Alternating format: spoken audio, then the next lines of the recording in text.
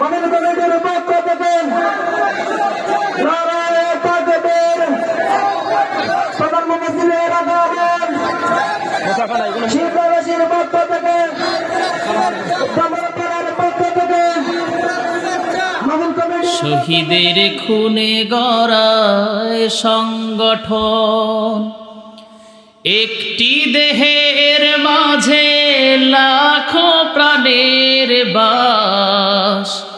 কেন সেই প্রাণে আজ বিভেদ ভাঙন, কেন সেই প্রাণে আজ বিভেদ ভাঙন। আমাদের কাফেলা তো একটাই। বাংলাদেশের ঐতিহ্যবাহী জেলা কুমিল্লা বিলপাড়া থানার অন্তর্গত শীদলায় খাদিজাতুল কুবরা রাদিয়াল্লাহু তাআলা আনহা মহিলা দাখিল মাদ্রাসায় কোরআনের পাখি দেলাওয়ার হোসেন সাইদি রহমতুল্লাহ আলাইহি, ওনাকে মানুষ হয়তো সামনাসামনি গালি দিত, কেউ কেউ পেছনে যেয়ে বলতো না এই কাজটা ঠিক হয়নি। শুধুমাত্র কিছু কোলাঙ্গার আছে, এই কালামানিক, এদের মতো মানুষ বাদ দিয়ে আলেমদের দোয়া যে কবুল হয় তার প্রমাণ এই কালামানিক। দেখেছেন কলার পাতা শুয়েছে, বিসি পর্যন্ত উড়ে গেছে। এখন ওটা কয়টা যে উড়েছে আমরা জানি না, আমার মনে হয় একটা এখনো আছে, কিন্তু সংসার করার মতো আর নেই, ওর কাজ শেষ। আজকে না কয়েকদিন আগে যে আদালত থেকে নামার সময় দেখলাম মুখে আরও সেই হাসি নেই। আগে আলেমদের লিস্ট করতো 116 জনের, আমার নামও দিয়েছিল। ওই সময় কি হাসি দেখেছিলেন? আগস্টের 5 তারিখের পর থেকে আল্লাহ ওদের মুখ মলিন বানিয়ে দিয়েছেন। শুধু মুখ না, কোরআনে কারীম জানিয়েছেন ফাজুর কাইফা কানা আকিবাতু মাকরিহিম আন্না দাম্মারনাহুম ওয়া কওমাহুম আজমাইন। সূরা নম্বরের 51 নম্বর আয়াতে আল্লাহ জানিয়েছেন, হে নবী আপনি নজর করে দেখেন যারা ষড়যন্ত্র করেছিল তাদের পরিণাম আমি কি করেছি। আন্না একালি টান আছে, আল্লাহ বলেন অবশ্যই আমি আল্লাহ নিজে দাম্মারনাহুম ওয়া কওমাহুম আজমাইন, ওই সমস্ত মানুষ এবং তাদের যারা সঙ্গী সাথী ছিল সবাইকে নিজে মিলে শিকড় কেটে দিয়েছে। সুতরাং তাদের যে পরাজয় এটা আল্লাহ নিজে ঘটিয়েছেন। এই আন্না এর ভেতরে এইটাই আছে। এরপরে নবীজিকে আল্লাহ জানিয়েছেন ফাতিলকা বুয়ুতুহুম খাবিয়াতাম বিমা যালামু ইন্না ফি যালিকা লাআয়াতান লিকাউমিন ইয়ালামুন। ফাতিলকা এই যে সেই ঘরগুলো, এই ঘর বাড়িগুলোর দিকে একটু তাকান। বুয়ুতুহুম তাদের ঘর, বাইতুন দেয়নি আল্লাহ, বুয়ুত দিয়েছেন, আবার হোম দিয়েছেন জমির, এটা বহুবচন। আল্লাহ যেন তার কুদরতের আঙ্গুল এইটা এভাবে দেখিয়ে দিচ্ছে, এই যে সেই ঘরগুলো, এই সেই ঘর যেখানে বসে জালেমরা দুর্বিসন্ধি করত। আমি আল্লাহ পাক এই ঘরগুলোকে আজ জনশূন্য করে দিয়েছি, উজাড় গৃহ বানিয়ে দিয়েছি। আজটা যে কত বাস্তব এ বাংলাদেশের দিকে তাকালে এখন বোঝা যাচ্ছে। বিশেষ করে আমার কুষ্টিয়ার হানিফ সাহেবের যে বাড়ি, বিলাসবহুল বাড়ি, যেখানে টর্চার সেল ছিল, যে জায়গায় বসে ইসলামের বিরুদ্ধে, মানবতার বিরুদ্ধে, ইসলাম পন্থীদের বিরুদ্ধে দুর্বিসন্ধি করা হতো, ষড়যন্ত্র করা হতো, মিটিং করা হতো, এই ঘরগুলো আল্লাহ নিজে মনে হচ্ছে উজাড় গৃহ বানিয়ে দিয়েছে। এখন আপনি যাবেন, আমি 6 তারিখে গিয়েছিলাম, 5-এর পরে 6, যে দেখি ইট পর্যন্ত খুলে মানুষ নিয়ে চলে যাচ্ছে। এখন উজাড় গৃহ সত্যি খাবিয়াতান শব্দটা বাস্তবে এটা দেখা যাচ্ছে। শুধু এইটা না, 64 জেলার 630টা থানা আছে, যতগুলো জালেম ইসলাম মুসলিম মানবতার বিরুদ্ধে যারা ষড়যন্ত্র করেছিল, যারা জুলুম করেছিল, তাদের বাড়ি ঘরের অবস্থা আল্লাহ একই বানিয়ে দিয়েছেন। আল্লাহ যেন আমাদেরকে দেখিয়ে দিচ্ছেন ফাতিলকা, ওই যে এই ঘরগুলো। সবচাইতে বড় ঘর যেটা মনে করতাম ঢাকাতে, অনেকে এত আবেগ নিয়ে সেখানে যে ঘরে পর্যন্ত চুমা খেত, অথচ 3 মাসের ব্যবধানে কালকের পত্রিকা দেখেন ঘরের অবস্থা, জাতীয় টয়লেট হয়ে গেছে। হ্যাঁ, 4-5 জন একসাথে প্রসাব করতে বসছে। কোথায় পৌঁছিয়েছে দেখেছে? আমার মনে হয় কিছু মানুষ প্রসাব পায়খানা করতে যাচ্ছে একটা উদ্দেশ্য নেই। আমি কাবা শরীফ তাওয়াফ করার পর 16 সালে যখন উপর দিয়ে ঘুরছি, হঠাৎ দেখি আমার পেটে সেরকম যন্ত্রণা, ব্যথা। এক পুলিশকে বললাম, ইয়া হে ভাই, আমার পেটে ব্যথা করছে হঠাৎ, আমি তো এতক্ষণ ভালো ছিলাম। পুলিশ আমারে বলছে, ইয়া হাজি আর হজ্জা তাই না বিলা দোকান। ও হাজি, দেশ কোথায়? জি তুমি বাংলাদেশ। বাংলাদেশ থেকে এসেছি। ওনার ভাষা দিয়ে আমারে বলছে, আপনি এখনো পর্যন্ত জানেন না কোন জায়গা? না তো, যেটা আবু সাহেবের বাড়ি। আপনি এখনো পায়খানা না করে দাঁড়িয়ে আছেন, তাড়াতাড়ি কাজ করেন। সত্যি কথা বলছে যে কোরআন সামনে পায়খানা করে দেখি আমার পেটের যন্ত্রণা, ব্যথা ভালো হয়ে গেছে। আল্লাহ আমাকে যেন জানাতে চেয়েছে, হামজা 6000 কিলোমিটার দূর থেকে এসেছো, আরে শয়তানের মুখে পায়খানা না করে চলে যাবা, তাড়াতাড়ি করো। আমার তো মনে হচ্ছে এখন যে 5-6 জন একসাথে দল বেঁধে পোশাক করছে, আজকেও দেখলাম 3 জন একসাথে বের হচ্ছে। তার মানে ওখানে যারা যাচ্ছে এটা নিয়ত করে যাচ্ছে যে আমার রোগ ভালো হবে। এটা তো আর আন্তর্জাতিক করা সম্ভব না, এটা জাতীয় টয়লেট হয়ে যাবে। এইটাই বাস্তবতা। আপনি তাকান হিটলারের দিকে, চেঙ্গিস খানের দিকে, হাজ্জাজ বিন ইউসুফের দিকে, ইয়াজিদের দিকে। নামগুলো কিন্তু ভালো, খারাপ না। ইয়াজিদ নামটা খারাপ, কত সুন্দর নাম। শুধু জুলুম করার কারণে আল্লাহ নামটা ঘৃণিত, নিন্দিত করে দিয়েছে। এখন কোন হিন্দুকেও যদি বলা হয়, ভাই ছেলে হয়েছে 5000 টাকা দেবো, ইয়াজিদ রাখেন, বলবো কি নাম না গালি? বলেন, এত সুন্দর সাহাবীর ছেলের নাম, হযরত মুয়াবিয়ার ছেলে রাদিয়াল্লাহু তাআলা আনহু, এত বড় জলিলুল কদর সাহাবী, যিনি কাতেবে ওহী লিখতেন, তার সন্তানের নাম যদি আল্লাহ জুলুম করার কারণে ঘৃণিত বানিয়ে দিতে পারে, আপনি কার সন্তান? যত বড় মানুষের সন্তান হন, আপনার নাম যুগের আবর্তনে, কালের বিবর্তনে দেখবেন নামটা আজ হোক কাল হোক, ওটাও আমার মনে হয় গালি হয়ে যাবে। এখনই অলরেডি হয়ে গেছে। এখন কারো ছেলে মেয়ে যারা জন্মাচ্ছে যদি বলেন যে 5000 টাকা দেবো, এই নাম রাখে, বলবো কি নাম না, অত গালি। কাউকে যেন এসিদের বাচ্চা বললে সে রেগে যায়, কয়েকদিন পরে যাই বলবেন তো অমকের বাচ্চা, এমনি রেগে যাবে। এটা করেছে কে বলেন তো? হামজা না, সূরা মরিয়মের 96 নম্বর আয়াতে আছে, ইন্নাল্লাযীনা আমানু ওয়া আমিলুস সালিহাতি সায়াজআলু লাহুমুর রহমানু ওদ্দা। আল্লাহ পাক বলেন, যারা ঈমান আনবে আর ঈমানের দাবি অনুযায়ী যারা ভালো ভালো কাজ করবে। এখানে সালেহ শব্দটা আছে, সালেহ মানে নেক কাজ, সৎ কাজ, এতটুকুই ব্যাখ্যা না। সালেহ মানে যোগ্য। আপনাকে যোগ্যতা অর্জন করা লাগবে। যে যে দিক বিভাগে কাজ করবে, ওই বিভাগ সম্পর্কে তার চূড়ান্ত শিক্ষা এবং প্রশিক্ষণ নিয়ে সঠিকভাবে আঞ্জাম দেওয়ার নাম সালেহ। এটা বাংলাদেশে যত রাজনৈতিক দল আছে, কে কি করছে জানি না, আমি নাম ধরে বলছি, জামাত ইসলাম, ইসলামী ছাত্র শিবির, এই 2টা দল কিন্তু যোগ্য মানুষ তৈরি করার ফ্যাক্টরি। আপনি যদি বিশ্ববিদ্যালয়ে পড়তে চান, জীবনে তো কোনোদিন ভার্সিটির মুখ দেখতে পারেননি, যদি এই বুড়ো বয়সে পড়তে চান, ভর্তি হয়ে যান, আপনাকে ভার্সিটি পড়াবে। অন্তত 6 থেকে 1 বছর, 6 মাস থেকে 1 বছর লেগে থাকেন, আপনি যেন মনেই করবেন যে আমি বিশ্ববিদ্যালয়ে পড়ছি। এভাবে তৈরি করবে আপনাকে, কারণ এদের যে সমস্ত ক্যাপাসিটি আছে, যে সমস্ত কৌশলগুলো দেখবেন, সব এভাবে একেবারে ধাপে ধাপে তৈরি করছে।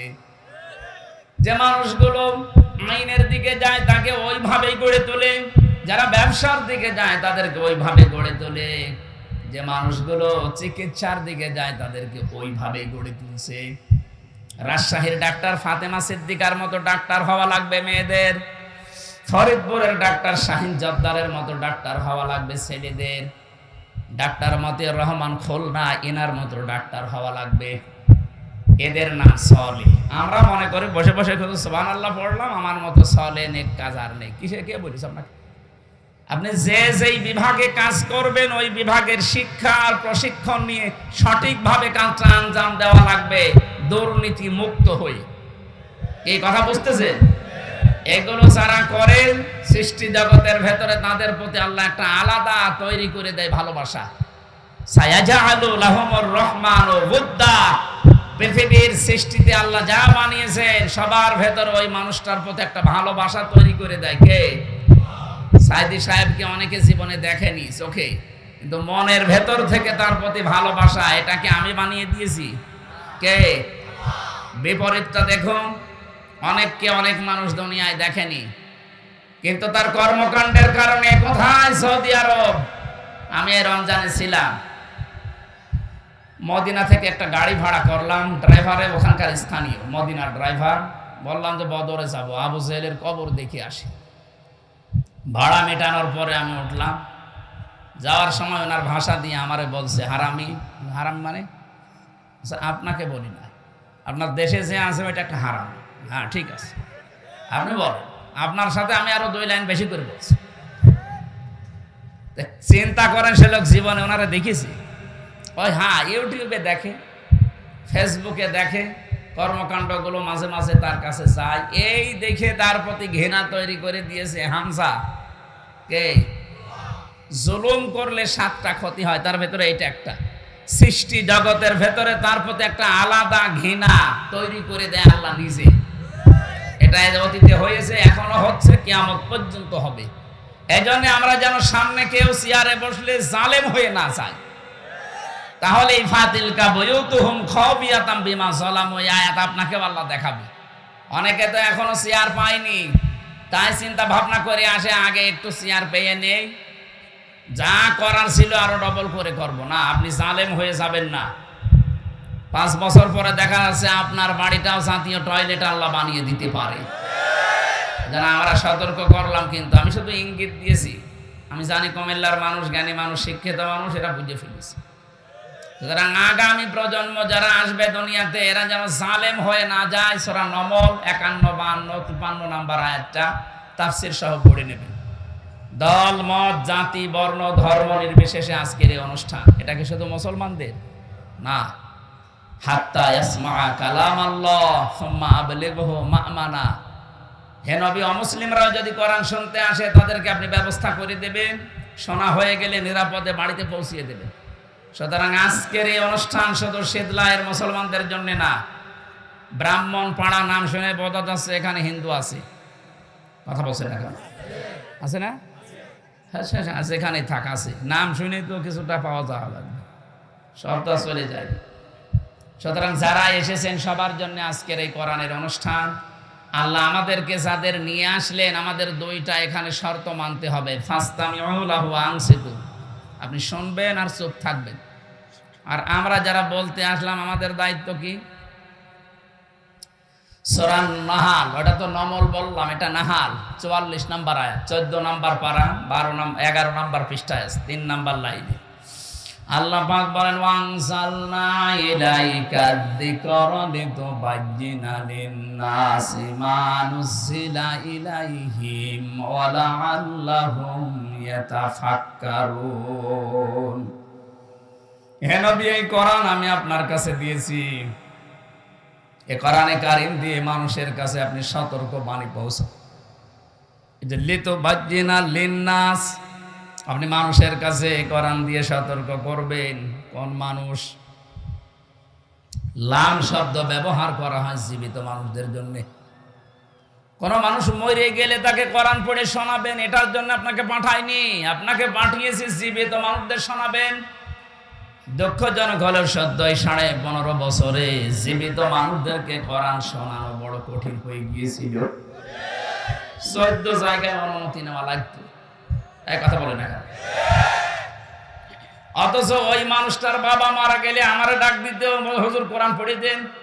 আরে বেটা, তোর বাপ তো মরে গেছে, এখন আমি পড়ে করবো কি? যতদিন জীবিত ছিল তখন পড়লে কাজ হতো। সরাসরি কিন্তু বলতো না যে না, কোরআন প্রচার করার দরকার নেই, কোরআনের অনুষ্ঠান হবে না। কিন্তু এমন সিস্টেম বানিয়ে দিয়েছিল, 14 জায়গায় অনুমতি নেওয়া, আমার মনে হয় কেউ নিতেও যেত না, ও অনুষ্ঠান করতে দিত না। যাতে মাতাল হলো তাহলে ঠিক ছিল, কারণ জানতো যে 96% মুসলমান এখানে। সরাসরি ওপেন কোরআনের বিরুদ্ধে অবস্থান নিলে টিকে থাকা সম্ভব না, এই জন্যে এমন সিস্টেম করেছিল মানুষ যেন অনুষ্ঠান না করে। কিন্তু এখন আর ওইটা নেই, এখন আছে, এখন ওপেন হয়ে গেছে, অনুমতি তো লাগেই না। যারা অনুমতি দেবে তারা এখন বলে হুজুর আসে। আমাকে সেদিন গোয়েন্দা বিভাগের সর্বোচ্চ যিনি, আমি নাম নিলাম না, উনি আমাকে কল দিয়েছিল হোয়াটসঅ্যাপে, বলছে হুজুর কোরআনের কথা সারা বাংলাদেশের 64 জেলায় 56,000 বর্গ মাইলে সেইভাবে আল্লাহ বলেছেন ওইভাবে ফোর্স দিয়ে বলবেন, কোনো বাধা নেই, কোনো অনুমতি লাগবে না, কেউ যদি বাধা দেয় আমারে জানাবেন, ও ঠ্যাং ভেঙে ফেলবে। বললাম যে স্যার আপনি এতদিন ছিলেন কোথায়? আমি নতুন দায়িত্ব পেয়েছি, আমি একজন মুসলমান, যেভাবে আল্লাহ জানিয়েছেন আপনি ওইভাবে করবেন, কোনো সমস্যা নেই। আমি তো এইটাই চাই, আমরা তো এইটাই চাই যে আমরা আল্লাহর বান্দাদের শোনাবো কোরআন, মরা বান্দা না, জীবিত বান্দা। এখানে আমরা মরা না জীবিত? হ্যাঁ, জীবিত মানুষদেরকে কোরআন শোনাতে হবে ব্যাখ্যা সহ, বিশ্লেষণ করে। আজকে তেলাওয়াতকে তো আয়াত থেকে আমরা তাফসীর করব। এই শব্দটা নিয়ে বাংলাদেশে একটা ভেজাল আছে, বাংলাদেশ, ভারত আর পাকিস্তানে, আমরা নিরসন করবো ইনশাআল্লাহ। আর যারা শুনতে এসেছে তাদের দ্বিতীয় দায়িত্ব কি? বলো আল্লাহুম ইয়াতাফাক্কারুন, ওরা যেন কথাগুলো শোনার পরে বাড়ি যেয়ে চিন্তা ভাবনা করে যে আসলে কি বলেছে আর আমরা করছি কি। কথা বলেন না কেন? এটাকে আমি বানালাম আয়াতটা, তাহলে আমার দায়িত্ব স্পষ্ট দলিল প্রমাণ জীবিত মানুষদের শোনানো, আর যারা শুনবে তাদের দায়িত্ব হয়ে পড়ে বাড়িতে যেয়ে তারা যেন চিন্তা ভাবনা করে। করবেন তো ইনশাআল্লাহ? আল্লাহ আমাদের তৌফিক দিন। আজকের এই মাহফিলে যারা এসেছি বলেন আলহামদুলিল্লাহ। দরুদ আর সালাম পড়ছি মুহাম্মদ রাসূলুল্লাহ সাল্লাল্লাহু আলাইহি ওয়াসাল্লামের প্রতি, যাকে আল্লাহ রাব্বুল আলামিন যে তেলাওয়াতকৃত আয়াতগুলো করলাম এগুলো তাকে উপহার দিয়েছিলেন। বিশ্ব নবীকে আল্লাহ পাঠানোর পরে যত নবী দুনিয়াতে আল্লাহ এর আগে পাঠিয়েছেন প্রত্যেকটা নবীর কাছে এই স্বীকৃতি নিয়েছিলেন, وَإِذْ أَخَذَ اللَّهُ مِيثَاقَ النَّبِيِّينَ لَمَا آتَيْتُكُم مِّن كِتَابٍ وَحِكْمَةٍ ثُمَّ جَاءَكُمْ رَسُولٌ مُصَدِّقٌ لِّمَا مَعَكُمْ لَتُؤْمِنُنَّ بِهِ وَلَتَنصُرُنَّهُ إِلَى آخِرِ آيَةٍ। সূরা আলে ইমরান আমি যেখান থেকে পড়েছি তার এক আয়াত আগে তাফসীর করতে হলে যে আয়াতের করা হয় তার আগের আয়াত পরের আয়াত এর সাথে সম্পর্ক কি এটা আগে বলা লাগে, এই জন্য আমি এটা পড়লাম। আল্লাহ পাকের আগে রিসালাতের ঘোষণা দিতে গিয়ে তো ব্যাপক হারে দিয়েছেন। শুধু আমাদের যে নবী, যত নবী এর আগে পাঠিয়েছিলেন 1,24,000 বলেন আর 2,24,000 বলেন, সঠিক সংখ্যা যেহেতু আমরা জানি না, যত নবী আল্লাহ পাঠিয়েছে প্রতিটি নবীর কাছে এই স্বীকৃতি নিয়েছিল, অঙ্গীকার নিয়েছিল যে তোমাদেরকে আমি জ্ঞান দিয়েছি আর বিজ্ঞান দিয়েছি, তোমাদেরকে জ্ঞানের জন্য কিতাব দিয়েছি, বিজ্ঞান জানার জন্য আমার কিতাবের ভেতরে থিওরি দিয়েছি। যত বিজ্ঞানের আবিষ্কার সব আল্লাহর কোরআনের থিওরি থেকে। একজন রাসূল তোমাদের কাছে আসবে, তোমাদের কাছে যে কিতাব আর যে জ্ঞান যে বিজ্ঞান আছে এইটার স্বীকৃতি দেওয়ার জন্য, সত্যতা প্রমাণ করার জন্য আসবে। তোমরা যখনই ওই রাসূলের সংবাদ পেয়ে যাবে লা তুমিনুন্না বিহি ওয়ালা তানসুরুন্না, শব্দের আগে দুইটাই লাম দিয়েছেন, লামে তাকিদ নুনে সাকিলা। আল্লাহ পাক বলেন হে নবী হে রাসূলরা, যারা দুনিয়াতে তোমরা গিয়েছো প্রত্যেকের জন্য আমি অঙ্গীকার নিলাম, ওই রাসূল যদি তোমাদের কাছে চলে যায় অবশ্যই তাকে বিশ্বাস করবা, তাকে সাহায্য করবা। যত নবী যত রাসূল আসলেন প্রত্যেককে আল্লাহ বলেছিলেন ক্বালু আকরারনা, তোমরা কি স্বীকৃতি দিলে? প্রত্যেকেই বলেছে হ্যাঁ। আলা যালিকুম ইসরি, আমরা এই বিষয়ের উপরে ঐক্যবদ্ধ হয়েছি, একমত হয়েছি, আমরা স্বীকৃতি দিয়ে দিয়েছি। ক্বালা ফাশহাদু ওয়া আনা মাআকুম মিনাশ শাহিদিন, আল্লাহ বলেন তোমরাও সাক্ষী, আমিও নিজে সাক্ষী হয়ে গেলাম তোমাদের কাছে। এই আয়াতের শিক্ষা কি? মুফাসসির ইকরাম ফি জিলালিল কোরআনে লিখেছেন সাইয়্যিদ কুতুব, যত নবী যত রাসূল পাঠালেন তারা যদি নবীজির রিসালাতের স্বীকৃতি দিতে পারে, বিশ্বাস এবং সাহায্য করার অঙ্গীকার করতে পারে, কিয়ামত পর্যন্ত আমরা যারা নবীর উম্মত হয়ে আসব, আমাদের সবচেয়ে বড় দায়িত্ব হবে তার রিসালাতের ঘোষণা দেওয়া এবং তার সাহায্যের জন্য এগিয়ে যাওয়া। প্রশ্ন আসতে পারে, তার রিসালাতের ঘোষণা দিলাম, সাহায্য করব কি করে, তাকে পাবো কোথায়? তাকে পাবেন কোথায় মানে কিয়ামত পর্যন্ত তো উনি তো হায়াত পাবেন না, উনি তো একদিন একদিন বিদায় নেবেন, নিয়েছেনও। কিয়ামত পর্যন্ত তাকে সাহায্য করার নামান্তর হচ্ছে তার আদর্শ পড়ে আছে ওইটাকে সাহায্য করা। তার আদর্শকে যারা ধারণ করবেন, নবীজির আদর্শ দুনিয়াতে যারা বাস্তবায়ন করার চেষ্টা চালাবে, তাদেরকে আপনার সাহায্য করা ওয়াজিব, আপনার জন্য হক। লা তুমিনুন্না বিহি ওয়া লা তানসুরুন্না, যারা আরবি গ্রামার জানে, কত কঠিন শব্দ জানেন এটা, লাম দিয়েছেন আবার তাকিদ দিয়েছেন নুনে সাকিলা। অবশ্যই এখন আপনাকে মানা লাগবে তার রিসালাত। এই পৃথিবীর বহু মানুষকে আমরা দেখেছি তারা আল্লাহর স্বীকৃতি দিয়েছে, কিন্তু ওই জামানার রাসূলের স্বীকৃতি তারা দেয়নি, এই জন্য তারা বেঈমান হয়ে মারা গেছে। এই যে আবু জাহেলের নাম শোনেন, এই লোকটা আল্লাহ একজন আছে, ও বিশ্বাস করতো, ওর জীবনী পড়েন। কোরআনে বহু জায়গায় আল্লাহ জিজ্ঞাসা করছেন নবীজিকে, ওয়ালা ইন সালতাহুম মান খালাকাস সামাওয়াতি ওয়াল আরদা লা ইয়াকুলুনাল্লাহ ইলা আখিরি আয়াত। হে নবী, ওদেরকে, আবু জাহেলকে, যে আকাশ আর জমিনকে বানিয়েছে, লা ইয়াকুলুনাল্লাহ, ওরা গ্যারান্টি দিয়ে বলবে আল্লাহ বানিয়েছে। তাহলে আল্লাহ একজন আছে, আল্লাহর একাত্মবাদের স্বীকৃতি আবু জেহেল পর্যন্ত দিয়েছে।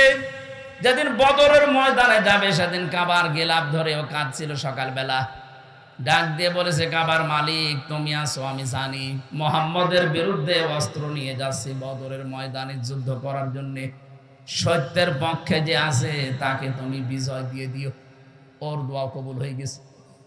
কি ও তো সত্যের পক্ষে ছিল না, সত্যের পক্ষে যিনি ছিল আল্লাহ তাকে বিজয় দিয়ে দিয়েছিলেন। এরকম একটা দুইটা না, বহু ইতিহাস আমারই জানা আছে। ফেরাউনের ইতিহাস অনেকে শোনেন, কিন্তু শিক্ষাটা এখান থেকে নেন না। এই লোকটা আল্লাহ একজন আছেও কিন্তু বিশ্বাস করেছিল। শেষে এসে একেবারে শেষে যে বলেছিল, হাত্তা ইযা আদরাকাহুল গরকু ক্বালা আমানতু আন্নাহু লা ইলাহা ইল্লাল্লাযী আমানাত বিহি বানু ইসরাঈল ইলা আখিরি আয়া।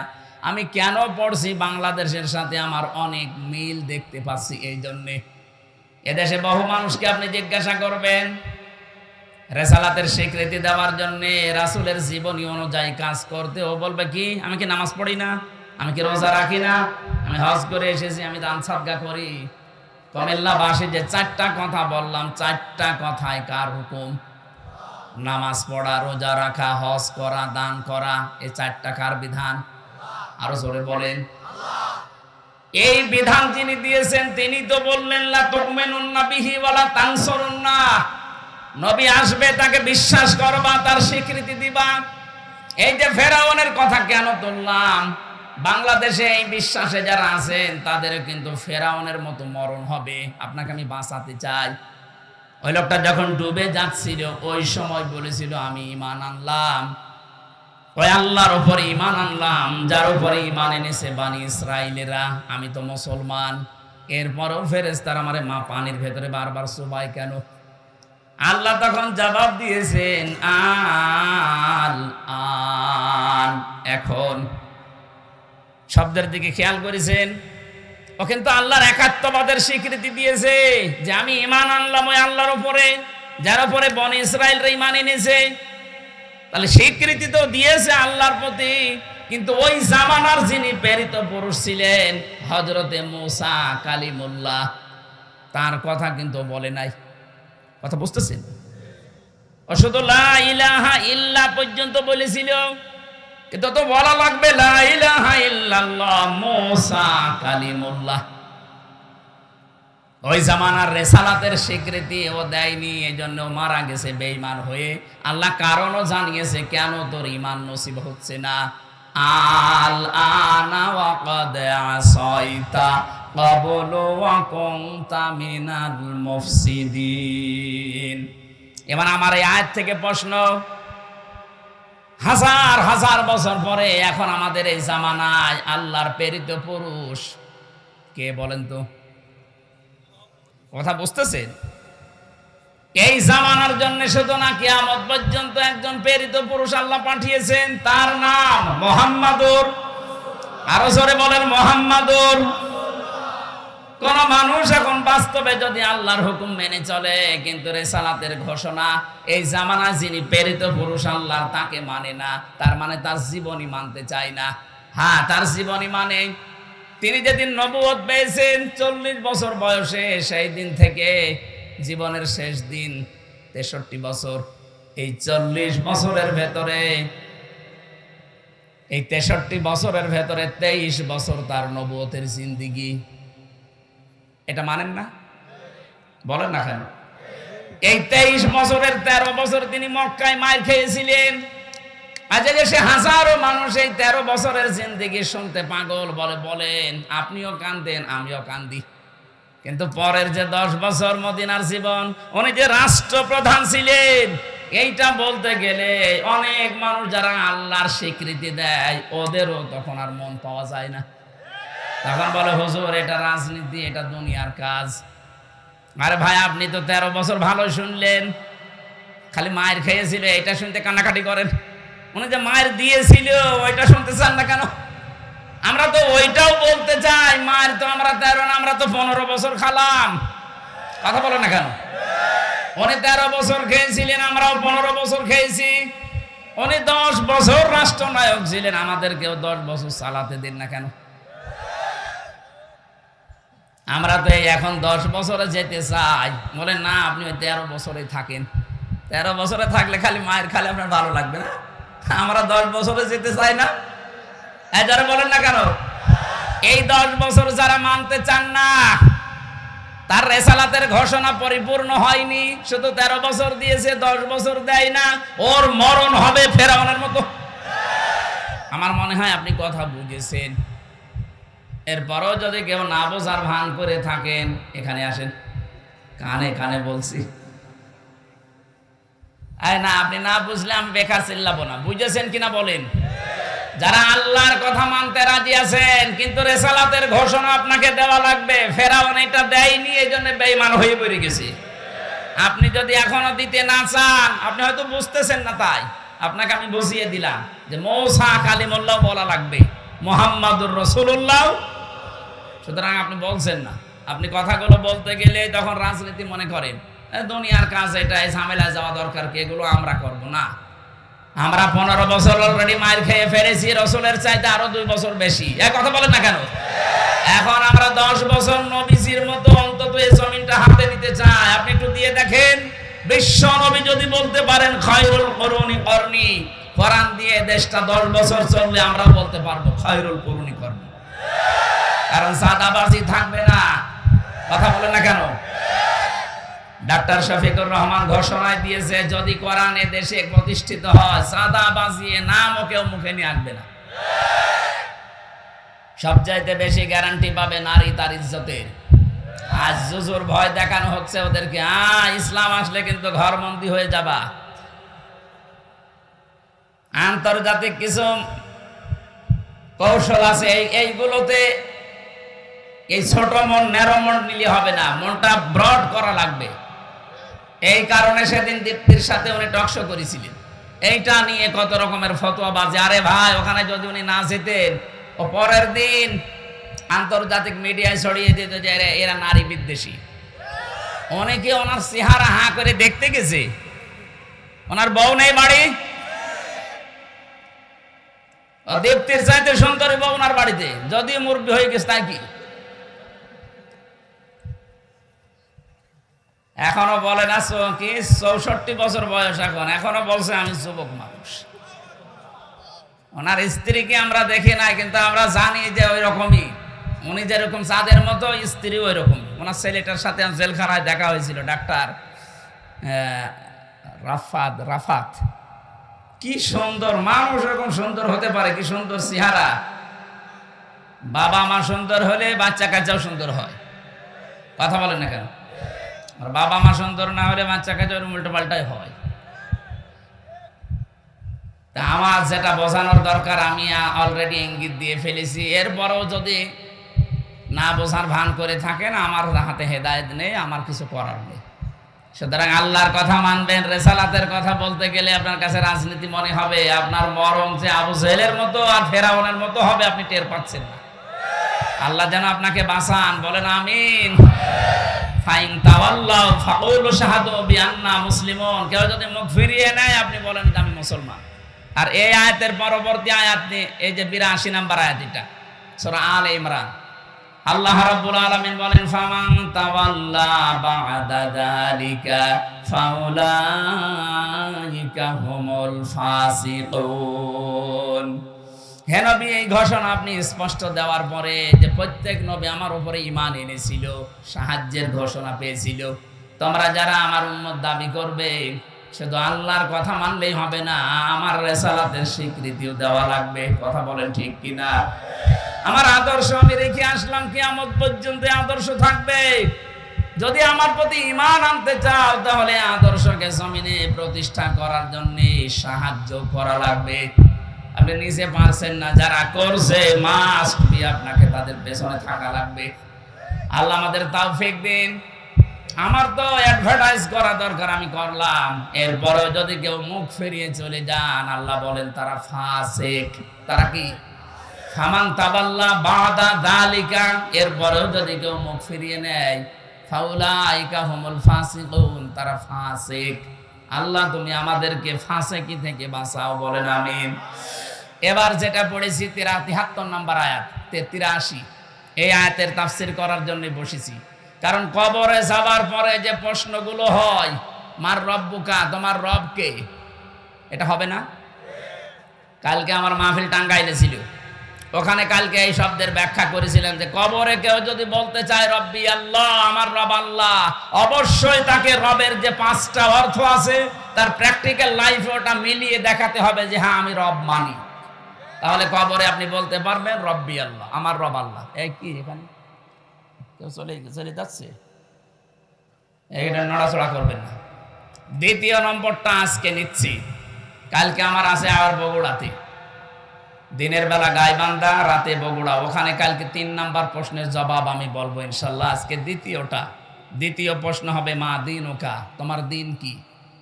দিনের আমি 19টা অর্থ পেয়েছি পুরা কোরআন শরীফের ভেতরে, সামারাইজ করে আমি 10টা বানিয়েছি। এই 10টা বিষয় যদি দুনিয়াতে কেউ দেখাতে পারে যে হ্যাঁ আমি দিন এই 10টাকে মানি এবং প্র্যাকটিক্যালি দেখাই, সে কবরে যাওয়ার পরে বলতে পারবে দীনুল ইসলাম, আমার দিন ইসলাম। এবার আসেন তো আমাদের কয়টা মানা হচ্ছে? আল্লাহ রাব্বুল আলামিন বলেন আফা গায়রা দীনিল্লাহি ইয়াবগুন, তবে কি এরা চায় আমি যে দিন পাঠিয়েছি সেই দিন বাদ দিয়ে অন্য কোন দিন তারা কি তালাশ করে?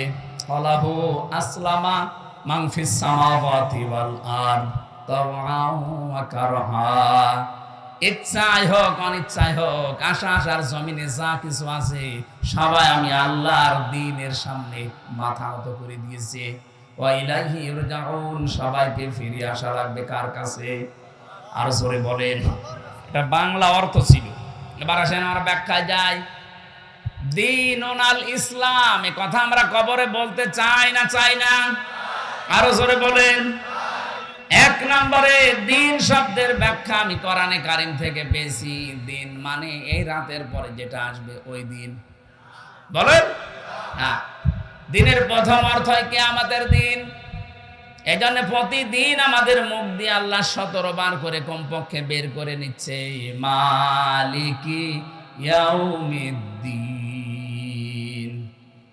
জবান খুলে কোরআনের আয়াতটা পড়েন, মালিকি ইয়াউমিদ্দিন। কিয়ামতের দিনের একচ্ছত্র মালিকানা কার? আরো জোরে। এটা দিয়ে আল্লাহ আমাদের বারবার মুখ দিয়ে বের করাচ্ছেন, কারণ হচ্ছে কিয়ামতে কিন্তু কারো কিছু করার থাকবে না, কারণ একচ্ছত্র মালিকানা আল্লাহর। কি এটা দিয়ে আল্লাহ বোঝাতে চাই, ও পৃথিবীর বান্দা বান্দিরা, কারো উপরে ভরসা করে কিয়ামতে ঠেস পাবা না। কত মানুষ, এই বিশেষ করে আপনাদের ব্রাহ্মণবাড়িয়া, কুমিল্লা, এই 2 জেলা এগুলো বেশি, কত মানুষ ভরসা করে আছে কেল্লা বাবা, ফতে বাবা। কিসের কেল্লা, কিসের ফতে? কিয়ামতে যেখানে নবীরা পর্যন্ত ইয়া নাফসি করতে থাকবে, হযরত ইব্রাহিম নবী পর্যন্ত বলবে, মাবুদ আমার পিতা আসরের সাথে যা ভালো লাগে তুমি করো, কিন্তু আমাকে বাঁচাও। হযরত ঈসা রূহুল্লাহ তিনি বলবেন, মাবুদ আমার মা মরিয়মের সাথে যা আচরণ করবা করো, তুমি আমাকে কিছু বলবা না। চিন্তা করেছেন যে নবীদের নাম বললাম, এত বড় পাওয়ারফুল নবী মূসা কালিমুল্লাহ, কথা বলতেন আল্লাহর সাথে। ইব্রাহিম খলিলুল্লাহ, আল্লাহ যাকে বন্ধু হিসাবে গ্রহণ করে নিয়েছেন। হযরত ঈসা রূহুল্লাহ, যিনি আল্লাহর ফৎকারে তৈরি হয়েছিলেন। এত বড় বড় পাওয়ারওয়ালা মানুষ যদি বলে, আল্লাহ আমার আত্মীয় স্বজন, মা বাবা, এদের সাথে যা ভালো লাগে তুমি করো গিয়ে, কিন্তু আমাকে তুমি বাঁচাও, সেখানে কেল্লা ফতের উপরে ভরসা করে আছেন যে এরা বাঁচাবে। আমার তো কোরআনের ব্যাখ্যা তাফসীর পড়ে এতটুকুই বিশ্বাস জন্মিয়েছে, সূরা আবাসার ভেতরে আছে, ইয়াউমা ইয়াফিরুল মারউ মিন আখিহি ওয়া উম্মিহি ওয়া আবিহি ওয়া সাহিবাতিহি ওয়া বানিহি লিকুল্লি ইমরিইম মিনহুম ইয়াউমাইযিন শাআনু ইউগনি। আল্লাহ বলেন, সেদিন মানুষ দৌড়াবে নিজের আপন ভাই থেকে, মা বাপ থেকে, সন্তান সন্ততি, স্ত্রী, বন্ধু, এদের থেকে আগে মানুষ পালাতে থাকবে। এখানে প্রায় 6টা মানুষের নাম আছে। কুমিল্লাবাসী মাথায় যদি মগজ থাকে একটু ভাবেন, প্রথমে ভাইয়ের নাম, মায়ের নাম, বাবার নাম, ছেলের নাম, স্ত্রীর নাম, বন্ধুর নাম। বিপদে পড়লে এরাই তো দেখি এগিয়ে আসে। আল্লাহ বলেন এরা পালাবে। ইয়াফিরু মানে এই যে বাঘে তাড়া দিলে যেভাবে মানুষ দৌড়ায়, ইয়াফিরু শব্দের শাব্দিক অর্থ এই দৌড়। আপনজন দেখলেই মানুষ এরকম করে দৌড়াতে থাকবে। কি বলে আপনার বিবেক বলেন তো আপনি? এরা যদি পালায়, আমার মনে হয় পীর সাহেব বলবে, আল্লাহ আমি পীরই ছিলাম না। আপনি বলেন, যেখানে মা পালাচ্ছে, বাবা পালাচ্ছে, আপনার ভাই পালাচ্ছে, নিজের বউ পালাচ্ছে, পীর সাহেব বলবে, আল্লাহ কিসের পীর, আমি পীর ছিলাম না। এটা বলবে। আপনি সেদিন ধরা খাবেন, সেদিন বুঝবেন। সূরা মাআরিজের ভেতরে আরো কঠিন করে আল্লাহ দিয়েছেন, ইউবাসসারুনাহুম ইয়াওয়াদ্দুল মুজরিমু লাউ ইয়াফতাদি মিন আযাবি ইয়াউমিযিন বিবানি ওয়া সাহিবাতিহি ওয়া আখি ওয়া ফাসিলাতিহি আল্লাতী তুবি ওয়া মান ফিল আরদি জামিআন সুম্মা ইউজি। আল্লাহ রাব্বুল আলামিন বলেন, ওই দিন মানুষ মুক্তিপণ হিসাবে দিতে চাইবে সর্বপ্রথম তার ছেলে মেয়েকে। আমি আয়াতটা পড়ার পরে, বাণী শব্দের ব্যাখ্যা পড়ার পরে চিন্তা করলাম, আল্লাহ 3টা বছর আমি জেলে আছি, আমার মেয়ে 2টাকে আমি আজও দেখিনি। ওই সময় 7 মাস রেখে গিয়েছিলাম ছোটটারে, এখন ওর 4 বছর। এই 3 বছর হয়ে গেল ওর আমি না দেখার কারণে ওর প্রতি একটা অজানা ভালোবাসা আমার তৈরি হয়ে গেছে। বড়টার প্রতি অত না, ছোটটা ফারিহা জান্নাতের প্রতি যত বেশি হয়েছে। 3টা বছর না দেখে যদি এত বেশি মহব্বত ভালোবাসা তুমি তৈরি করে দিতে পারো, কোরআনের এই আয়াতে তুমি বললে কিয়ামতে আমি নাকি ফারিহাকেও মুক্তিপণ হিসাবে তোমারে দিতে চাইবো। আমার তো মনে হচ্ছে না, এই আয়াতটা আমার কেমন লাগছে। আপনি চিন্তা করেন তো, কিয়ামতের দিন এই ফারিহাকেও বলা লাগবে আল্লাহ এইটাও দিয়ে দিলাম মুক্তিপণ, তুমি আমারে বাঁচাও। আমার স্ত্রী, আমার ভাই ভক্তর যা আছে, আমার বোন আছে, এমনকি আমার দুনিয়ায় যারা আশ্রয় প্রশ্রয় দিত, আমার দরের লোক, আমার আত্মীয় স্বজন, জ্ঞাতি গোষ্ঠী, এদেরকেও তোমাকে দিয়ে দিলাম, যাও। অমাং ফিল আরদি জামিআ, দুনিয়ায় যত সম্পদের মালিক ছিলাম সব আমি দিলাম। সুম্মা ইউনজি, তুমি আমারে বাঁচাও। আল্লাহ জবাব দিয়েছেন কড়া করে ধমক দিয়ে, কাল্লা, কখনো না, কাল্লা, কখনোই না, ইন্নাহা লাযা, তোর আমি লাজাই দেব। কোথায় লাজা? কি আল্লাহ ভয়ঙ্কর বর্ণনা এর পরে দিয়েছেন। লাজা কি জানো? নাযাআতাল লিশাওয়া, এখানে গেলে আগে মানুষের চামড়া খুলে যাবে। আমাকে রিমান্ডে মাঠের নিচে যখন নিয়ে গিয়েছিল ওই আয়না ঘরে, আমি দেখেছিলাম মাঝে মাঝে রাতের বেলা, রাত 11টা 12টার পরে ওরা আসতো, 4-5 জন এসে এই কিছু জিনিসপত্র নিয়ে বলছে আমরা এইগুলো দিয়ে নখ তুলি, মানুষের চামড়া তুলিয়ে, যে এইগুলো দিয়ে জীবিত মানুষদের নখ তুলে নেয়, চামড়া তোলে, ডিম নিয়ে এসে বলতো যেগুলো আমরা দেই। আমারে কোনোদিনও কোনো করিনি, কিন্তু দেখিয়েছে যে এইগুলো দিয়ে আমরা নখ তুলি। তার মানে ওদের ওই ভয়ঙ্কর কথা শোনার পরে যেন আমি মিথ্যা কথা বলতে বাধ্য হই। আমারে বলেছিল আকিস গ্রুপের বিরুদ্ধে এই কথাগুলো বলা লাগবে। দ্বিতীয় নম্বরে, এই দেশে জঙ্গিবাদ তৈরি করার জন্য জামাত ইসলাম আর শিবির কাজ করছে, এইটা আপনি বলবেন আদালতের সামনে, যে তাহলে আপনারা ছেড়ে দেব। রিমান্ডে বারবার আমাকে ওই অফিসারগুলো, বিশেষ করে এসপি আর এসপি, প্রতিদিন আমার এই রাতের বেলা এসে বলতো জামাত ইসলাম তো খারাপ না, ভালো দল, ওরা মিথ্যা কথা বলে না, ওরা দুর্নীতি করে না, তা আপনার বলতে সমস্যা কি? না কি কায়দা করে কথা নিচ্ছে দেখেছেন? মনে করছে যে হাজা পাগল হয়ে গেছে মনে হয়। ঠিক আছে, আপনি আমারে নিয়ে চলেন। এত কষ্ট প্রথম কয়েকদিন দিয়েছিল, দেখেন না এত নড়ন চড়ন নেই। শেষে আমাকে ওই জিনিস দিয়েছিল যে এইগুলো দিয়ে আমরা নখ তুলি, যদি আপনি কালকে ম্যাজিস্ট্রেটের সামনে এগুলো না বলেন আমরা কিন্তু করব। কয়েকটা মুসলমান অফিসার পেয়েছিলাম, মুসলমান নামে শুধু আল্লাহর ভুল ধরত, যে আল্লাহর এই কাজটা মনে হয় ঠিক হয়নি। তার ভেতরে আমি একজন পেয়েছিলাম এই কুমিল্লা বাড়ি 14 গ্রামে, ওরা আমি খুঁজতেছি, পালিয়েছে। আর কয়েকদিন আগে পেয়েছিলাম খুলনা শেখ ইমরান, অধ্যাপক মিয়া গোলাম পরওয়ার সাহেবের বাড়ির পেছনে বাড়ি ওর। ওই দিন আমার মাহফিল ছিল পরওয়ার সাহেবের কাছে। ওর বাবা আওয়ামী লীগের উপজেলা চেয়ারম্যান, ও শয়তান পালিয়েছে, পাওয়া যাচ্ছে না। এরপরে পাওয়া গেছে, পুলিশে ধরে এখন ছেড়ে দিয়েছে। ওরে আর পাওয়া যাচ্ছে না, কোন গর্তে ঢুকেছি। চিন্তা করে দেখেন, ওরা আমারে বলতেছে আমরা এগুলো দিয়ে নখ তুলি, এই যে এই মেশিন পত্র, আপনি যদি না বলেন সকালবেলা আপনার স্ত্রীকে তুলে নিয়ে আসবো। তখন আমার মেয়েটা 7 মাস বয়স মাত্র। বলেন এই অবস্থায় স্বামী যারা ঠিক থাকতে পারে? বাধ্য হয়ে বলেছিলেন যে যা ভালো লাগে করেন, আমারে নিয়ে চলেন, আমি সব বলে দেবো, যান। কিন্তু ম্যাজিস্ট্রেট আমার সাথে ধোঁকাবাজি করেছিল।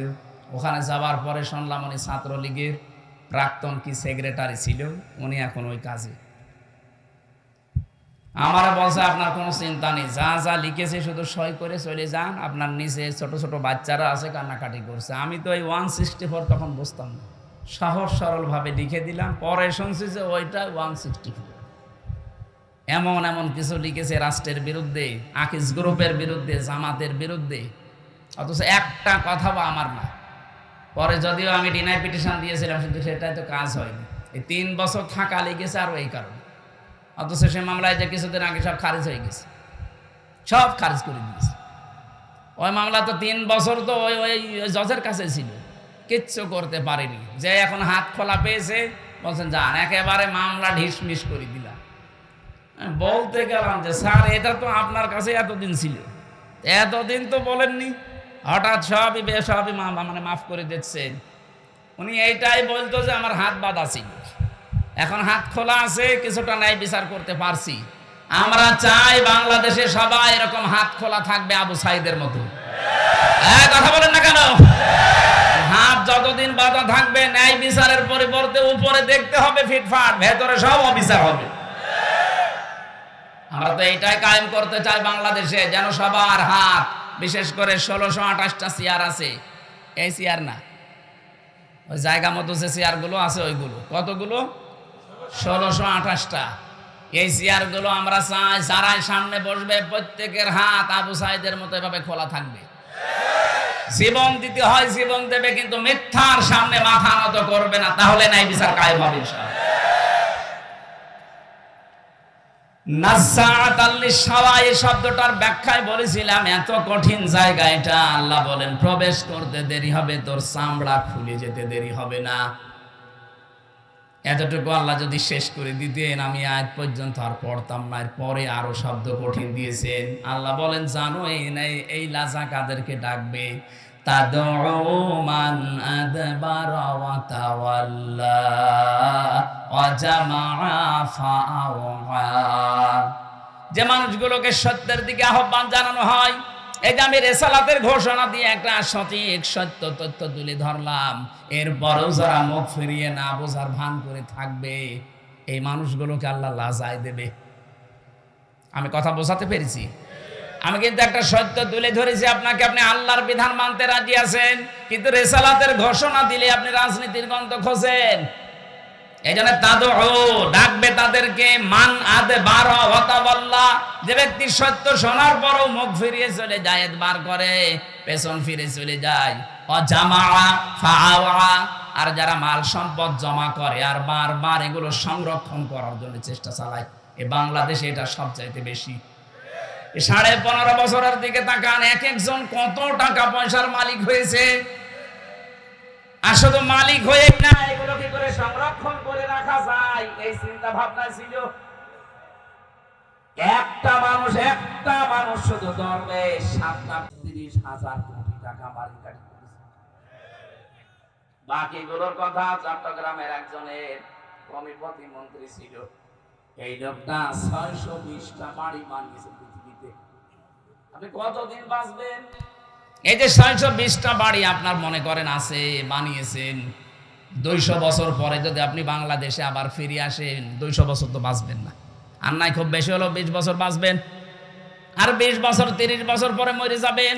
200 বছর পরে যদি আপনি চট্টগ্রাম সহ বিদেশে সহ যত বাড়ি বানিয়েছেন, কোন বাড়ির সামনে যদি বলেন এই বাড়ি আমার, যারা ওখানে বসবাস করবে ওরা আপনারই হয়তো 3 পুরুষের পরে, আপনার ছেলে 3 পুরুষ, তারাই হয়তো বাস করবে, কিন্তু তারা আপনাকে বাড়িতে তো ঢুকতেই দেবে না, আর বলবে কিসের সাইফুদ্দিন আপনি?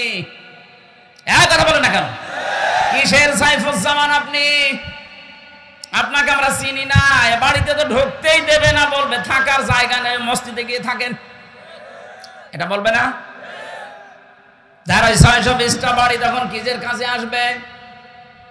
আল্লাহ বলে না জামাআ ফাআওয়া, শুধুমাত্র সম্পদ জমা করে শেষ করে নিয়ে এগুলো কি করে সংরক্ষণ করা যায় সেই চিন্তা ভাবনায় লেগে থাকতো। আমার মনে হয় আয়াত পড়ার পরে বাংলাদেশে বহু মানুষ এই আয়াতে ধরা খাবে, আমরা যেন ধরা না খাই। কিয়ামতের কথা বলছিলাম আপনার সামনে। আজ যারা বিভিন্ন ভরসা করে আছেন যে অমুক বাবা আমরা বাঁচাবে, অমুক পীরের মুরিদ আমি, চট্টগ্রাম বিভাগে এগুলো বেশি হচ্ছে, এই কারণে বলছি।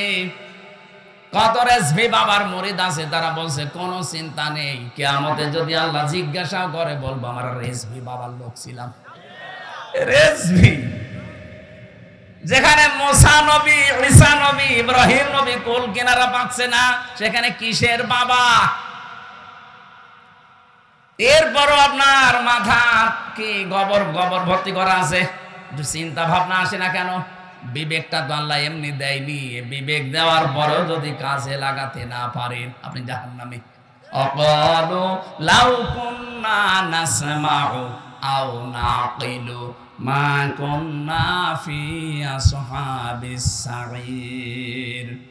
ওই মানুষগুলো তখন আফসোস করে আর বলবে আল্লাহ যদি আলেমদের কথা ওই সময় শুনতাম আর বিবেকটা যদি কাজে লাগাতাম তাহলে ভণ্ড পীরদের উপরে ভরসা করতাম না, এখন আমি ধরাও খেতাম না। তাদের জন্য আল্লাহ যে জায়গাটার নাম দিলেন তার নাম সাঈর, এটা জাহান্নামের একটা দরজার নাম। এই দরজা দিয়ে আপনাকে প্রবেশ করাবে। এখনো যদি সতর্ক না হতে পারেন, আপনি বিশ্বাস করতে পারেন আপনি জাহান্নামের সাঈরে যাচ্ছেন, বলেন নাউজুবিল্লাহ। এজন্য আমরা সতর্ক করার জন্য এসেছি, আশা করছি আপনি সতর্ক হবেন। কিয়ামতের একচ্ছত্র মালিকানা কার? আর জোরে। এজন্য কারো উপরে ভরসা করা, বলেন নিজের যতটুকু আমল আখলাক আছে, কাজ কারবার আছে, ওইটার উপরে ভরসা করে যান। হ্যাঁ, নবীর উম্মত যদি হতে পারেন, প্রশ্ন আসতে পারে নবীর উম্মত না মানে আমরা নবীর আশেক। কিসের আশেক? আপনি জিলাপির আশেক, আপনি খেচুড়ির আশেক, আপনি পোলাও বিরিয়ানির আশেক। রাসূলের আশেক ছিল হযরতে তালহা, নিজের জীবন পর্যন্ত দিয়েছে, 80টা তীর খেয়েছে, তারপরও নবী পর্যন্ত আঘাত আসতে দেয়নি। আর এই বাংলাদেশে 53 বছর স্বাধীনতার পরে কত আঘাত নবীজির শরীরে আসতেছে, কথা বলুন। তার সুন্নাতের উপরে, তার আদর্শের উপরে কত আঘাত আসে। এই আঘাত সহ্য করতে পেরে অনেক মানুষ আজ পর্যন্ত জেলে পৌঁছতেছে। আর আপনি কেমন আশেক, জেলের নাম শুনলে আপনি ভয় পান। আশেকের রাসূল তো ওদের মানায়, যারা সাতেমে রাসূল, রাসূলের দুশমনদেরকে যারা হত্যা করে বছরের পরে বছর কারাগারে আছে, তাদেরকে আশেকের রাসূল বললে মানায়। আপনি জিলাপি না দিলে, খেচুড়ি না দিলে মিলাদ পর্যন্ত পড়েন না। আশেক কিসের আশেক আপনি বলেন? এজন্য আমাদের উচিত হবে এখন থেকে উচিত হবে কারো উপরে ভরসা করে লাভ নেই। কিয়ামতে যেহেতু একচ্ছত্র মালিকানা আল্লাহর, ওই আল্লাহর দিকে ভরসা করে কিয়ামতে যেন বাঁচা যায়, ওই বিশ্বাস দরিয়া থেকে নিয়ে যাওয়া লাগবে। নবীজিকে আল্লাহ প্রশ্ন দিচ্ছেন, এটা ইন্টারগেটিভ সেন্টেন্স। আরাইতাল্লাযী ইউকাযযিবু বিদ্দীন, হে নবী আপনি কি ওই মানুষগুলোকে দেখেছেন যারা কিয়ামতের দিন বিশ্বাস করে না? নবীজি বললেন, কই আমার কাছে যারা আছে সবই তো মনে হয় কিয়ামতে বিশ্বাসী। আল্লাহ পাক বলেন না, ফাযালিকাল্লাযী ইয়াদউল ইয়াতীম, ওই মানুষগুলো কিয়ামতে বিশ্বাস করে না যারা এতিমের গলায় ধাক্কা দেয়। বাংলাদেশে নেই এতিম মানে আমরা কি মনে করি? মা বাবা নেই, তারাই শুধু এতিম। এই যে আজকের যে মুরব্বী বসে আছে, ওনার মা বাবা আছে? আছে? তাহলে এতিম না এটা? উনি যদি এতিম হয় তো এখানে এতিম বাকি আছে কোনটা?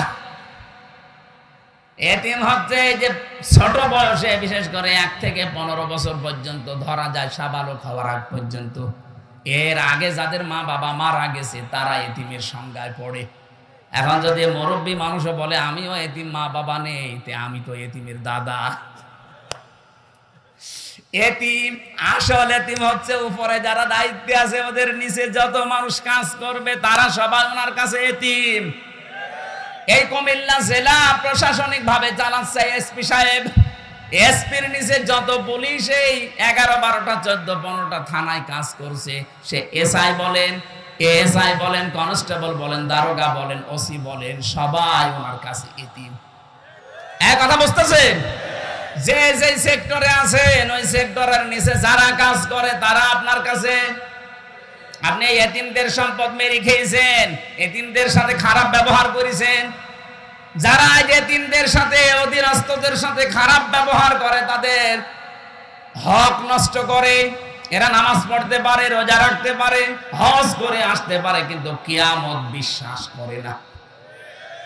এরকম মানুষ দেশে এবার আছে কিনা বলেন? কত গার্মেন্টসে, কত জায়গায় দেখবেন উপরে যারা দায়িত্বে আছে, নিচে কত অসহায় মেয়েরা, ছেলেরা, সব তো তার কাছে এতিম। সুযোগ পেয়ে তার ইজ্জত পর্যন্ত, সম্ভ্রম পর্যন্ত নষ্ট করে। বলুন, আপনি এতিমের মাল আত্মসাৎকারী।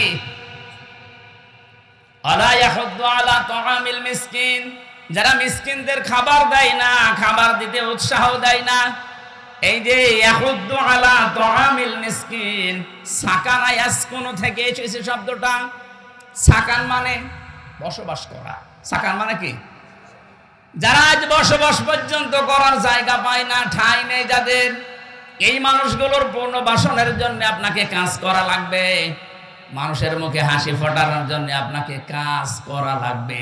এ বাংলা অর্থ হচ্ছে দারিদ্র মুক্ত সমাজের জন্য আপনার ভূমিকা থাকা লাগবে। এটা আজ বাংলাদেশে অধিকাংশ মানুষ মনে করে এ দুনিয়ার কাজ। কে বলেছে দুনিয়ার কাজ? মেয়েরা যারা এসেছেন আপনাদের জন্য একটাই ওয়াজ আজকে, ওয়াতুইনু আলা দীনি যাওজাতিহা। জান্নাতি মহিলা ওইটা যেই মেয়েটা তার স্বামীকে মানবতার জন্য, দ্বীনের জন্য, ইসলামের প্রসারে মানবতার সেবা করছে তার স্বামী। ও যেন ওই মহিলা তার স্বামীকে উদ্বুদ্ধ করে, ছাড় দেয়, সময় বের করে দেয়। কিন্তু অধিকাংশ মহিলা আরো বাধা দেয়। কথা বলেন ঠিক কিনা? না, আপনি নামাজ পড়ে, রোজা করে, কালো বোরকা পরে নেককার হতে পারবেন না। আপনার স্বামী, এটা 3 নাম্বার পয়েন্ট, অতুইনু আলা দীনি যাওজাতিহা। আপনার স্বামীকে আপনি হযরতে খাদিজাতুল কুবরার মতো বের করে দেবেন বাড়ি থেকে, যে দ্বীনের জন্য, মানবতার সেবায়। আপনার স্বামী মানবতার সেবামূলক কাজ করে, মানুষের উপকারের জন্য নেমে যায় বাড়ি থেকে, দিন প্রসারে, দিন কায়েমে, দিনের সেবা করার জন্য কাজ করে বেড়াচ্ছে। আপনি সময় বের করে দেবেন তাকে আপনি ছেড়ে দেবেন, ছাড় দেবেন, সুতরাং তাকে আরো উদ্বুদ্ধ করবেন। কিয়ামতের ময়দানে খাদিজাতুল কুবরার সাথে জান্নাতে যেতে পারবেন। আজ আমরা আরো ছেড়ে দেওয়া দূরের কথা, আরো সংসারে অশান্তি তৈরি করে আরো বাধা দেই। কথা বলে না কেন? আমার মা বোনেরা নামাজ পড়ছেন, পড়েন, রোজা রাখেন, হজ করে এসেছেন, পর্দায় থাকেন, পাশাপাশি স্বামীকে মানবতার সেবায়, ইসলামের সেবায় বের করে দেবেন। কিয়ামতে যদি খাদিজাতুল কুবরার সাথে, যার নামে আজকের এই মাদ্রাসা, এই মহিলার সাথে জান্নাতে থাকতে চান, আল্লাহ মেয়েদেরকে খাদিজাতুল কুবরার অনুসারী হওয়ার তৌফিক দান করেন, আমিন। যেটা বোঝাতে চাচ্ছিলাম, দারিদ্র মুক্ত সমাজের জন্য আমাদের 6 জায়গা থেকে ভূমিকা পালন করা লাগবে। এটা যদি সবাই মিলে আমরা ঐক্যবদ্ধ হয়ে করতে পারি, দিনের প্রথম অর্থ যেটা বলেছিলাম, কিয়ামতের দিন, এই কিয়ামতের দিনে আপনাকে আল্লাহ নিজে পার করিয়ে দেবেন। জোরে বলেন সুবহানাল্লাহ। দিন শব্দের 2 নম্বর অর্থ রাষ্ট্রীয় বিধান। এটা আজ বাংলাদেশে অনেকে আমরা না বুঝলে ফেরাউন এটা বুঝেছিল। সূরা মুমিনের 26 নম্বর আয়াতে আল্লাহ দলিল দিয়েছেন, আকালা ফিরআউন দারুনি আকতুল মূসা ওয়াদয়াদু রাব্বা ইলা আখিরি আয়া। ফেরাউন বলেছিল, আমারে ছেড়ে দাও, আমি মূসাকে হত্যা করব, সে তার রবকে ডাকো। আমি আশঙ্কা করছি সে আমার রাষ্ট্রের বিধিবিধান পাল্টিয়ে দেবে। এখানে দিন মানে রাষ্ট্রীয় বিধান। আজ দিন মানে সাথে ধর্ম মনে করে যারা পড়ে আছেন, আপনার চাইতে আমার মনে হয় দিন ফেরাউন ভালো বুঝেছিল। বলেন, ও বলেছিল আমাকে ছেড়ে দাও, আমি মূসাকে হত্যা করব, ওদের রবকে ডাকো। আমার আশঙ্কা হচ্ছে মূসা আমার দেশে রাষ্ট্রীয় আইন পাল্টিয়ে ফেলবে। তাহলে দিন মানে রাষ্ট্রের আইন। আরো জোরে, 96% মুসলমান আমরা এখানে বাস করি, রাষ্ট্রীয় আইনে দিন একটাও আছে বলেন? যে 2-1টা ছিল হাফ, সেগুলোও তুলে দিয়েছে এই 15 বছরে। মুসলিম পারিবারিক আইনের ভেতরে কিছু কিছু আমরা মানতাম, সেটাও এমন কায়দায় মাঝে মাঝে আওয়াজ উঠতো, আমরা সমান অধিকার চাই, এক পুরুষ যা পাবে এক নারী তাই পাবে। জোরে বলেন নাউজুবিল্লাহ। কোরআনের 500 আইন আল্লাহ দিয়েছেন, অধিকাংশ আমরা দেখলাম হাত দিয়েছে, পাল্টিয়ে ফেরার চেষ্টা চালিয়েছে। যেখানে আল্লাহর নামে পড়া আরম্ভ হবে সেখানে আল্লাহর নাম বাদ দিয়েছে, যেখানে ইসলাম সেখানে বাদ দিয়ে শুধু নাম দিয়েছে নজরুল ইসলাম কলেজ হবে না, শুধু নজরুল কলেজ। কেন? ইসলামে আপনাকে কিসে কামড় দিয়েছে? কথা বলেন না কেন? পড়া শুরু করা লাগতো আগে, ইকরা বিসমি রাব্বিকাল্লাযী খালাক, এটা মনোগ্রামে লেখা ছিল। কথা বলেন না কেন? ইন্নাদ দীনা ইনদাল্লাহিল ইসলাম রাব্বি জিদনি ইলমা, এগুলো আগে ছিল, এইটা এখন বাদ দিয়ে এমন এমন জিনিস সেখানে জুড়ে দেওয়া হচ্ছে। কেন? এই শব্দগুলো তো আল্লাহ বানিয়ে দিয়েছেন। রব্বি জিদনি ইলমা, এই শব্দ বানিয়েছে কে? আল্লাহ। ইন্নাদ দীনা ইনদাল্লাহিল ইসলাম, এটা বানিয়েছে কে? আমার বিশ্ববিদ্যালয় কুষ্টিয়া ইসলামী বিশ্ববিদ্যালয় লেখা ছিল ইকরা বিসমি রাব্বিকাল্লাযী খালাক। এরকম যতগুলো আল্লাহর বিধান সব পাল্টিয়ে পাল্টিয়ে অন্যটা লাগিয়েছে। নারী পুরুষের যে বিবাহ এটা আল্লাহ পাক বৈধতা দিয়েছেন, অথচ এখন আজকে দেখলাম পেপারে দিয়েছে কুষ্টিয়াতে 2 জন মহিলাই বিয়ে করবে বলে উঠে পড়ে লেগেছে। এগুলো তো একদিনে তৈরি হয়নি, 15.5 বছরের সংসার এটা। সমকামিতা যারা প্রমোট করছে আজ আমরা দেখছি অনেককে এখন তাদের দায়িত্ব দেওয়া হচ্ছে দেশের। মুসলমানদের কলিজায় কিন্তু আগুন লাগছে। আমরা চাই যারা আল্লাহর নিষিদ্ধ কাজকে বৈধতা দেওয়ার জন্য প্রমোট করে তাদেরকে 96% মুসলমানের মাথার উপর থেকে সরিয়ে দেওয়া হোক। এখানে আমরা এমন মানুষকে দেখতে চাই যে লোকটা আল্লাহ রাসূলে বিশ্বাসী। কথা বলেন। সংবিধান সংস্কারের কাজ চলছে, আমরা চাই এমন মানুষকে ওই জায়গায় নিয়ে যাওয়া হোক যারা সূরা ফুরকানের ৭৪টা যে সংবিধানের ধারা আছে, এই সূরা ফুরকানের প্রতিটি ধারা যারা বিশ্লেষণ করতে পারে, যারা বোঝে এগুলো ধারা আল্লাহ বানিয়েছেন মানবতার জন্য, এগুলো যদি এই মুসলিম দেশে সংবিধানে সংযোজন করা হয়, এই দেশে যে যার অধিকার সম্পূর্ণটা ফিরে পাবে। দিন মানে রাষ্ট্রীয় বিধান, এটা যতদিন পর্যন্ত আপনি কায়েম করতে না পারবেন, কবরে যাওয়ার পরে যেই বলবেন আমার দিন কি, আপনি বলতে পারবেন না। এরকম 10টা বিষয় আছে পুরা কোরআনে দিন শব্দের ব্যাখ্যায়। আমরা যদি আমাদের এই প্র্যাকটিক্যাল লাইফে 10টা মানতে পারি, কবরে যেতে দেরি আপনি বলে ফেলবেন দীনুল ইসলাম। আল্লাহ আমি সহ যারা এসেছি এটা বলার তৌফিক দুনিয়া থেকে কামাই করার জন্য তৌফিক দাও, বলেন আমিন। আমার 8টায় ওখানে অনুষ্ঠান, 45 মিনিট আছে, এখান থেকে 1 ঘন্টা খানিক সময় লাগবে। আমি তাড়াতাড়ি করছি। আগামীতে কোনো জায়গায় নিলে একটা মাহফিল নিয়ে জোর করে মাহফিল নিয়েছে ভাই আমার কাছ থেকে। আজকে ওনারা পর্যন্ত আমার উপর রেগে আছে, সেই মিজান সাহেব জমজমের মালিক। আগামীতে আসলে কোনো জায়গায় একটা করে নিয়ে 1-1.5 ঘন্টা 2 ঘন্টা সময় দিন। আল্লাহুম্মা আমিন। লা ইলাহা ইল্লা আনতা সুবহানাকা ইন্নী কুনতু মিনাজ জালিমিন। সম্মানিত ভাই।